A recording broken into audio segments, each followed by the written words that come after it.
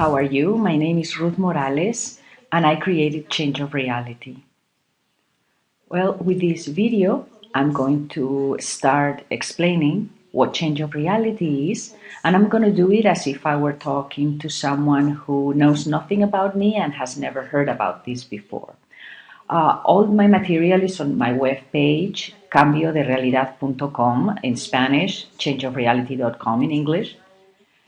And there are books there, videos, radio programs, online talks I've done before. But if you've never seen me before, and this is the first time you find me, and you're interested, that's fine. You don't need to go back and look at the things I've done. You can do that whenever you want to. You can start now by listening to me, and it will be perfectly possible for you to understand.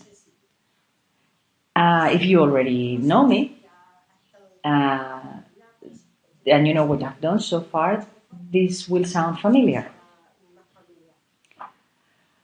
Well, what I call change of reality is the perception I have of reality. And what is reality? Reality, what we understand as reality, is everything we know in our life, plus all those things we don't know. The reality contains everything that we would like to be, that mystery, that origin. Where are we? Where do we come from? Where are we going? Why are we here? What is the meaning of all this? This will be answered. It's not that I am going to answer it. You will be able to answer it yourself when you start to perceive reality above itself. This is very important. You'll see why. When I talk about our civilization, history, everything we know and what we don't know, what we suspect, I call it a theater play. This has been said many times before. This is just an example, but it's a very good example for what I want to say to explain change of reality. So this is a theater play, okay? It's a theater play that is being developed in 3 dimensions. It's being developed on a scenery with its characters.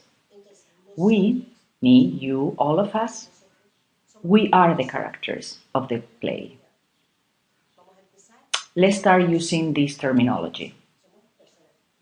So we stay with this concept. Then, what is a perception? I have just defined change of reality as a perception of reality above itself.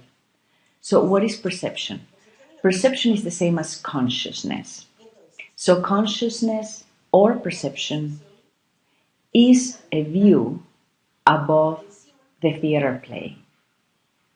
The perception I'm talking about, the consciousness I'm talking about, has nothing to do with these concepts once they are integrated in the play. They have to do with what I'm talking about. It's a perception, a view, a look above the play. Therefore, it cannot be defined with words, but I have to use words in order to shape the message and transmit what change of reality.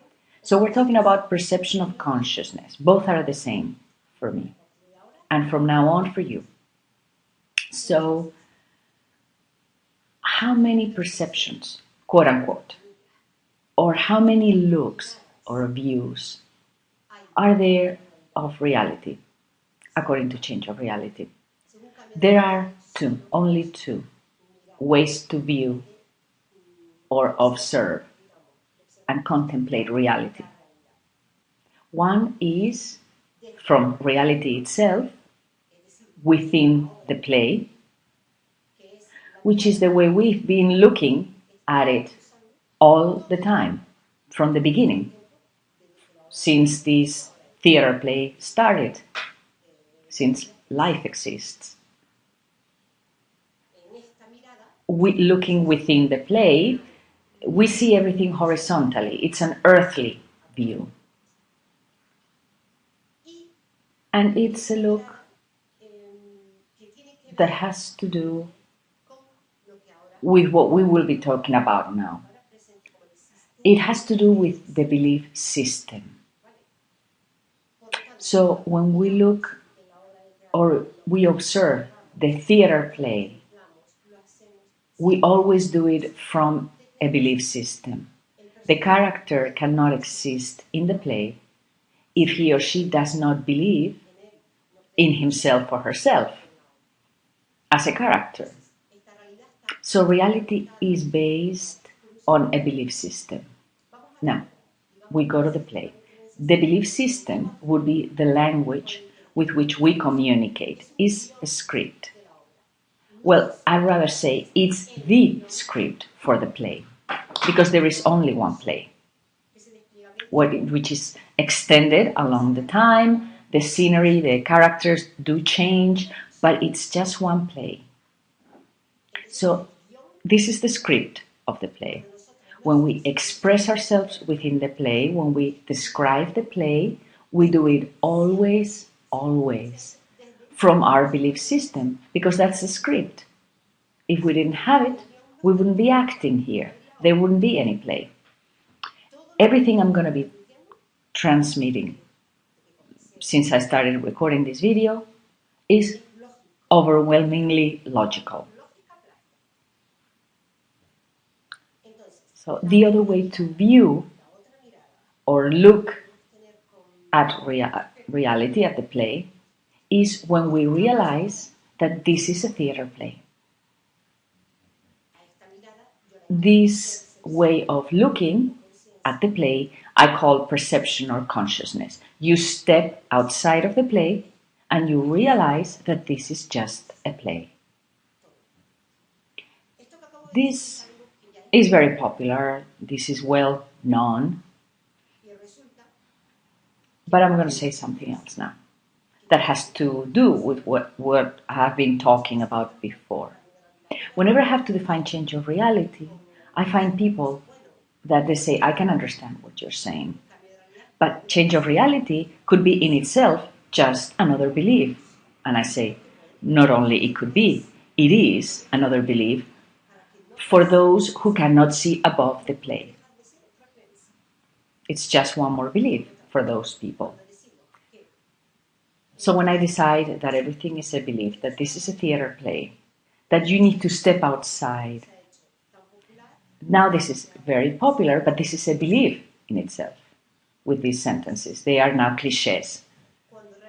When you really see above the play is when you realize that you are perceiving, and that then you are quiet. You cannot transmit it. You cannot put words to this. So somebody could ask, why are you doing it? I'd have to say that I was looking, questioning myself, questioning what the meaning of all this was for a long time. Not everybody has these questions, but many people do. What is this all about? What is this reality? So, although I was never a very curious person, which is good, now I realize that not being curious is a good characteristic. We'll see why later. You will understand this later. In spite of that, I was looking for an answer. I read books. I wanted to find a truth. I wanted to find coherence. Logic. A logic in things. Reality was not logical for me. And the behavior of the characters was even less logical to me. I had that concept, that perception, that view. And then one day, about 5 years ago, I stopped reading. I never followed a method, that is true. I never followed any ritual. I was not looking for tools to find answers. I did guided meditation once, but I'm not very disciplined for that. Something which also can help you perceive the way I'm perceiving reality. So when I decided to stop reading because I was more stressed out than I was before, I had too much information, nothing was helping me understand. So that's it. When I stopped, that's when I started to perceive. Then now comes what I want to talk about. What I want to ask in Change of Reality, when I do talks or seminars, that you have to unlearn everything. The history of humankind, all the history that has taken place in the play, if we accept that it's a belief system, the belief system is an interpretation of reality. We have always been interpreting reality, which is fine, but we interpret it from ourselves, from our beliefs. We talk about philosophy, we talk about religion, science, as if we had experienced it. And not only that, as if it were true. So the script has become a true script, true because we consider it true, when the only thing that makes it quote-unquote true is that we believe in the script. Knowledge, information, does not lead you to perceiving, not where I want to take you, to perceive reality above itself. Because if it were thanks to information, we would have perceived already. What knowledge and information do is to create more script. I'll talk about this later, but the play, the theater play, I call it a room, like a bedroom with 4 walls. Everything takes place within that room. The play takes place in that field. It's a quantic field. I'll explain later what it is. It means that all possibilities exist there. So as a collective, when the collective needs to know something, needs a new knowledge, a new scene or scenery appears with the ingredients perfectly placed on stage, the characters needed so that that wish or that intention becomes reality. Therefore, everything that takes us or leads us on a new way, on a way back home, to an awakening of consciousness, to a new era, all those are new scenes of the same play. I'm not saying that it's not true. I'm just saying what I'm saying. It's one more scene in the play. And the proofs will appear, the scenery, the characters, they're there to make that true. That's our power of manifestation, not individually, but as a collective. So I'm inviting you to unlearn, because knowledge can never go with perception. It's contradictory. You cannot know and perceive. You need to get rid of knowledge in order to perceive. Knowledge just leads you to create another line, another experience, more information, but always on a horizontal line, moving from one scene to another, always within the same play, different dimensions, many dimensions. They're different scenes, other roles, but they're all in the play. I'm not saying that's either good or bad. It's neither. It's what it is. If you want to perceive reality above itself, knowledge is just describing reality for you. You will not be able to perceive it. So I'm going to mention something now. Nowadays, people. But let's come back to now, to the 21st century, where we are now. We talk about to connect with the source, to connect with the essence. And I'm talking about that too. What do we need for that? We need peace. We need quiet. We need purpose, fulfillment, all that. So what should we do? What do? We look at others. We look for others to tell us how to connect. Well, in the play as characters, we in the script we have the need to look outside for answers, to look for others and ask others to give us the answer. It's part of the belief. You can reject the knowledge they give you or you can accept it. But you go and you ask others. Ask others for a method, for a ritual, for a tool, for a mantra. Okay? If that gives you peace and tranquility, perfect. You don't need to look for anything else. But what you've been doing is not to connect with the source. The connection with the source is perception. What's happening to you is that you are moving into another scene in which it seems to you that you're connecting with the source. What will you see on that scene? The other characters that are in the same situation as you are. Although no one tells you what you're going to feel, that is inherent in the play. You can say, I've seen this, I've felt that, like others did before you. Because the script is there, it's all over around you, everything is happening within the theater play. This is something that we find hard to believe. And why? Or understand. We don't even want to hear it. It just doesn't sound right to us. Because the play wants to be acted out. So for you to experience something within the play, to learn something, this could be a learning process.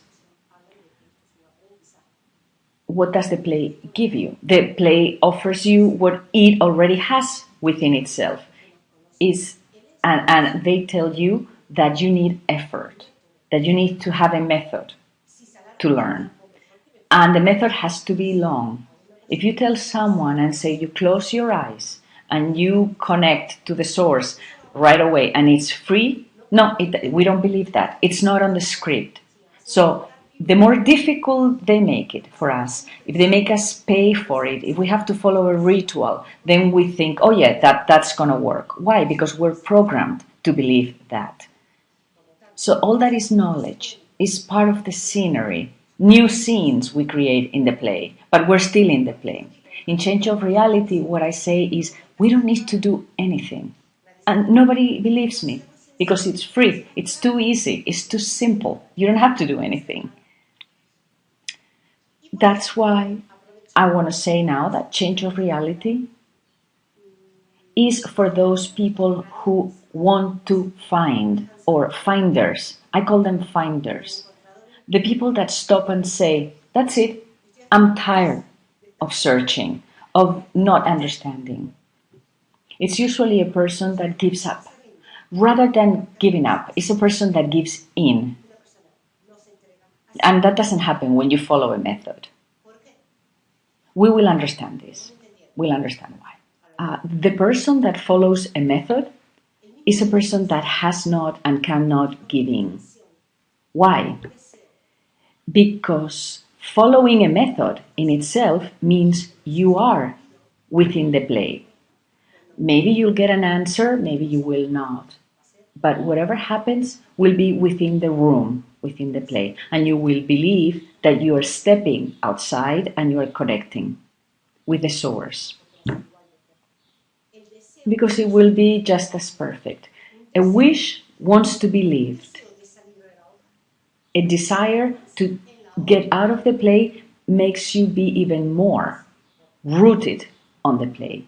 So when you say, I don't care about anything, and you leave everything, and you give in, you abandon yourself, in the sense that you know knowledge is not going to give you an answer, your mind goes blank, if you empty your mind, that's when you're ready to listen to this, to hear what I'm saying. And you will understand this has nothing to do with the play. what I'm trying all the time is taking people out of the play, in perception, in consciousness. Then I repeat, this is for those who have never questioned anything, and secondly, a finder, a person that is tired of looking for answers. The people that have done a lot of research have a lot of path to undo. You have to go back. You have to unlearn. And many of these people might not be willing to do it because they think or they know that they are in a position in which they feel lost. They feel whatever they were looking for, that they were going to find it. So they don't like this. And they don't need to do this unlearning.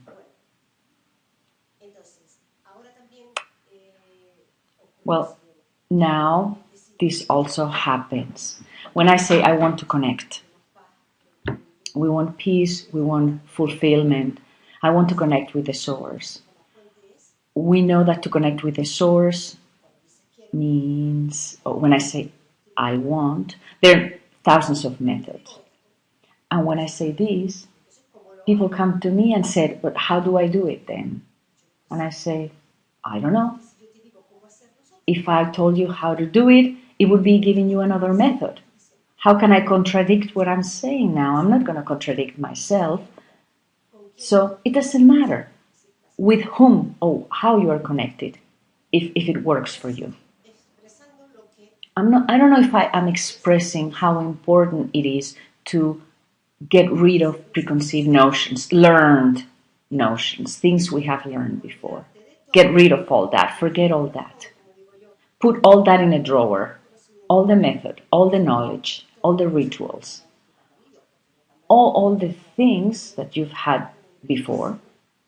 So you reset yourself, you format yourself, you put yourself back to zero. On our physical brain, to get information into our physical brain, we're always looking for the other side of information, or contrary to the one that is coming into my brain, so that I find the corresponding place in my file cabinet to put it. The physical brain only accepts measurable information. It's a script, it's just information from the script. So the physical brain cannot understand this. It enters through the brain, but what do we humans do? We label everything. We call it religion, we call it philosophy, we call it discipline, opinion. We call it wisdom. And that's it.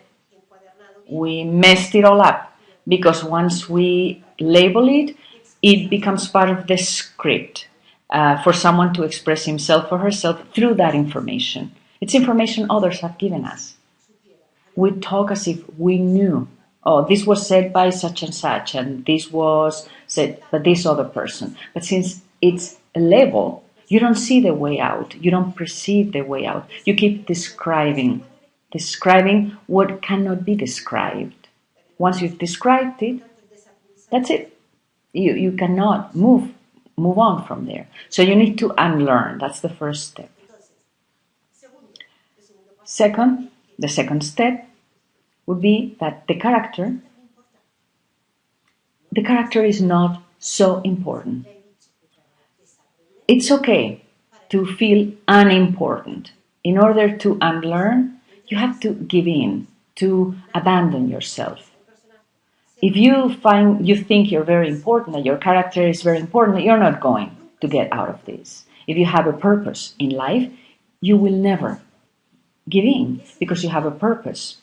Is this good or bad? It's neither. It's just what I'm saying. It's logical. I'm responsible for what I'm saying. I know perfectly well what I'm saying. Whoever is listening can interpret it many different ways. There's a danger here too, In all the talks and in all the conferences, I get a lot of feedback from people. And sometimes people surprise me, truly. I mean, I'm shocked by what people tell me. I didn't have experience when I started. It had never happened to me before because I had never explained this to people. And then I find that some people understand this at a mental level, and they ask me. They say, well, I haven't integrated it yet. They have understood what I said. Other people understand and they don't say a word. They are quiet. They know they cannot transmit it. But there is a third group of people, the most dangerous one, is they think they have understood. So they ask you questions from their perceptions. They don't say, I didn't get it. I don't understand it. No. They put words in my mouth that I didn't say. They interpret what I said. And this happens. It was surprising for me to see how we function, how we humans function when I talk about the non-concept. Because the play is a concept. So I'm talking about the non-concept. This is another terminology, another word I use often. Before it exists, it was something, it was an idea, it's a concept. So I'm talking about the non-concept. I don't need a new word for non-concept if I just say non-concept. And some people say, well, don't use the word no because the universe, I said, I know the universe doesn't like the word no, but I'm talking about something else. Non-concept is an invitation to step out of the room of the play, to transcend the idea and perceive what we people do. When you get rid of the concept, and I see this on a daily basis, people remove the concept and they put the idea of non-concept as a concept itself. And they say, well, non-concept is another concept itself. And I tell them, it is so for you because you have not given in, because you're still trying to label everything. The problem for transmitting this is that we fall in traps. I'm making an effort to transmit something that is almost unspeakable. So I like you to give in. If you are not willing to do that, change of reality is not for you. Otherwise, this would be even boring. So when I invite you to transcend a concept, I need to use some words, terminology. So when I give talks about the couple, I talk about the non-couple, the relationship between a man and a woman, or two men or two women. We all understand as a couple. Traditional, modern, liberal, doesn't matter. A couple. Look up for the word. In the dictionary, there is a definition. That is a concept. It's not natural. There is nothing here that is natural with us when it comes to us. It is not natural. It is a concept. It was an idea that was brought here, and we believe it. As part of the play, we believe that that is what we have to do. I've given talks about this before, but this is a good example. I explain this. I talk about the non-couple as an invitation to transcend the concept, to see two people relating to each other without labeling it. It's very, very difficult for people to understand. For me, it was logical, easy to see, but it's not easy to transmit. Because people get the non-couple concept and they make it a concept itself. The concept of the couple, we have it in our brain. We say knowledge doesn't take up space. Yes, well, it's there, but we don't know we have it. We don't know it's there. When someone comes along and says, that's a concept, I'm inviting you to get rid of that concept, to perceive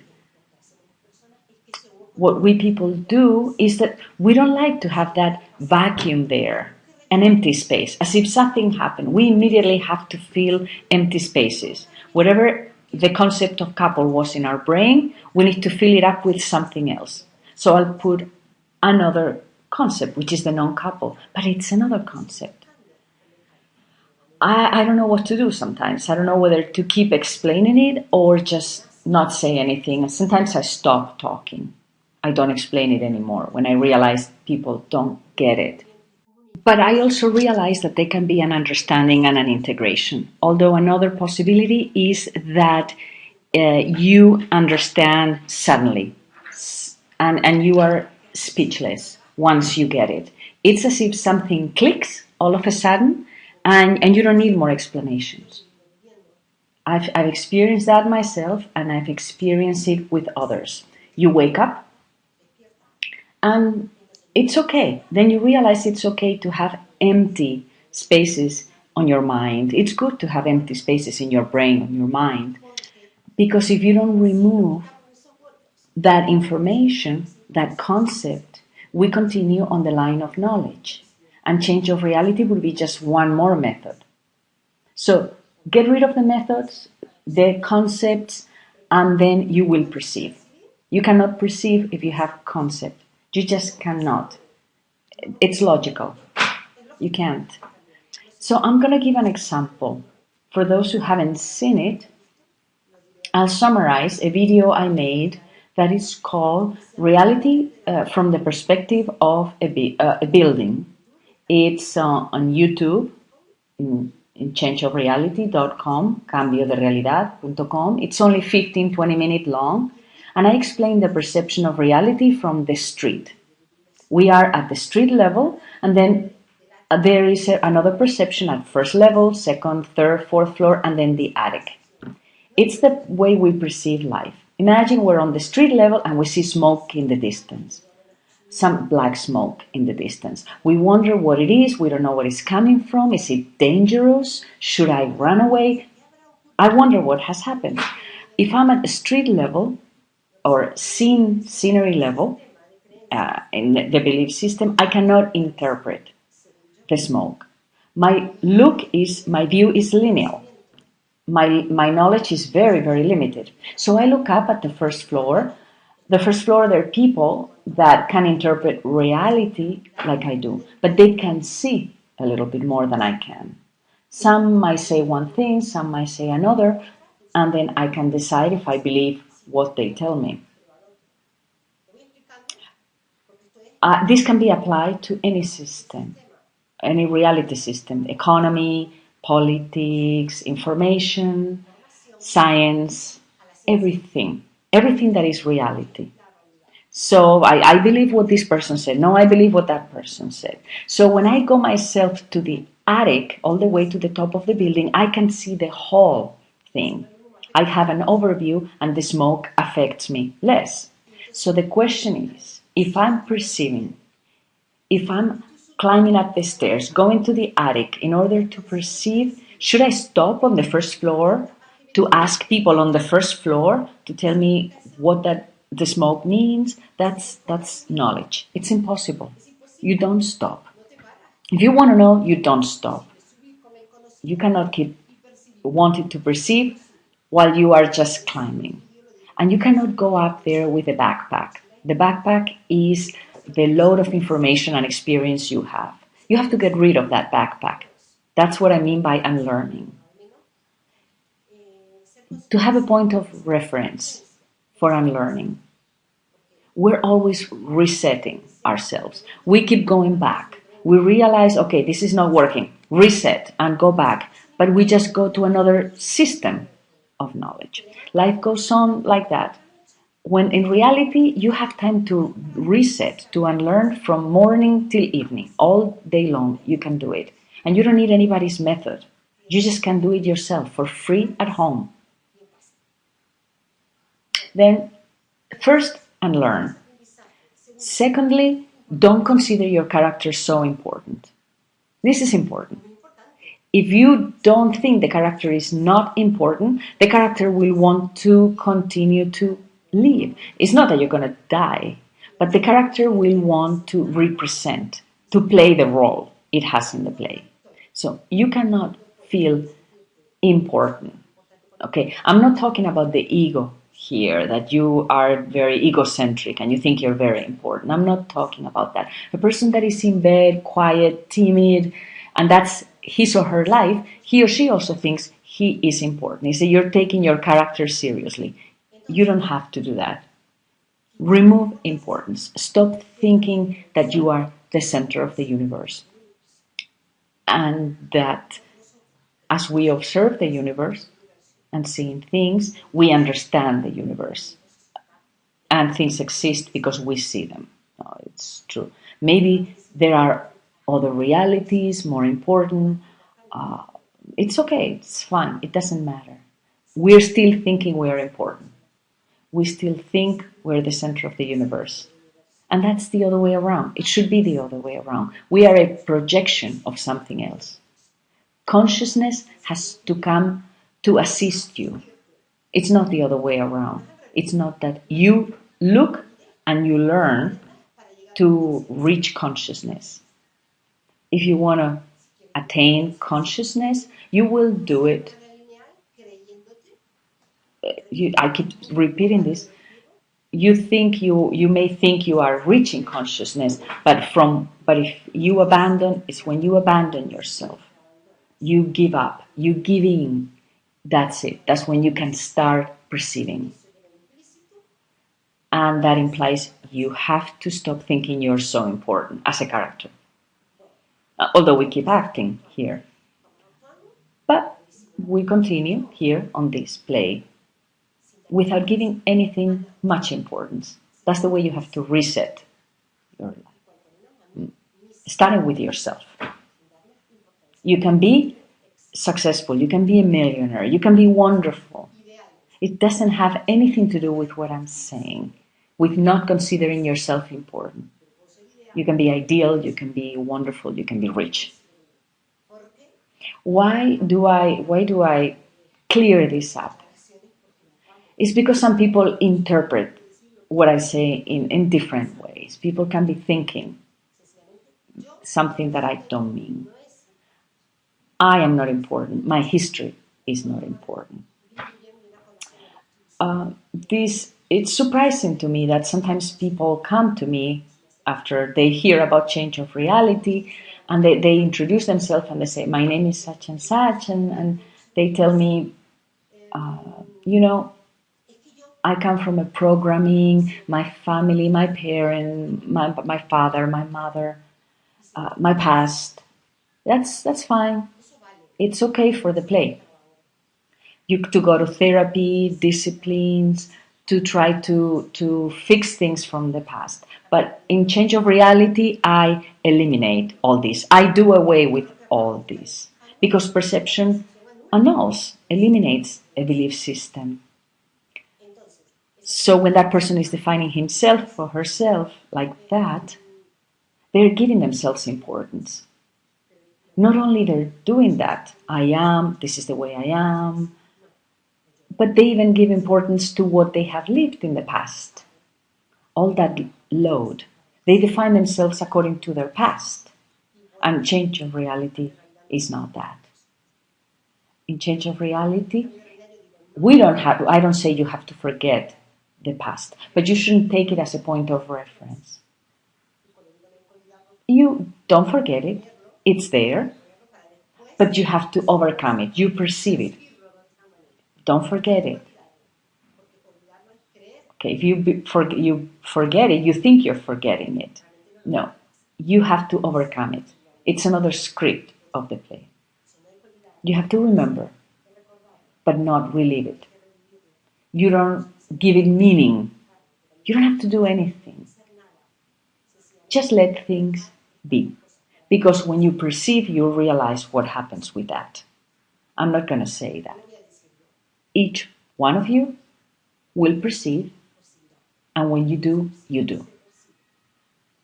That none of this is happening. So I cannot say, give meaning to the past, interpret the past, forget the past. No, I'm not going to say that. all these things I've just talked about are part of the belief system of the play. They're tools. They're tools, and some of them are very useful, have been very useful. It's like the medicines. No, we all have medicines, but we put them in the cabinet when we don't need them, in the medicine cabinet. When I have a headache, I go take an aspirin. But let's put for now all the medicines, all our past, in the drawer, in the cabinet. This doesn't contradict anything. It simply annuls everything. It eliminates everything. When you're in the attic, you see everything, so you eliminate everything. You eliminate every belief system. And that's what I try to do with change of reality. And I'm going to break it all down to get it to the bottom, to get to the energy form or energetic form. What we call programming. Okay, just programming. It's made by beliefs and emotion. It's an energy form. It's very important. Everything is an energy or energetic form. Whenever there is not energy form, then there is perception. I'm going to try to explain it in a simple way. Because what is simple is, what is free is. We have to do away with the need to question so much, to make efforts to reach something, to achieve something. The more expensive it is, the better. The more difficult, the better. That's fine. But this is not what change of reality is. This is free. Because it's a perception. You cannot label it, you cannot teach it. There is no practice. I cannot say, come here, I'm going to teach you. It's impossible. Okay? Well, from now on, I'll start explaining my perception of reality. Thank you.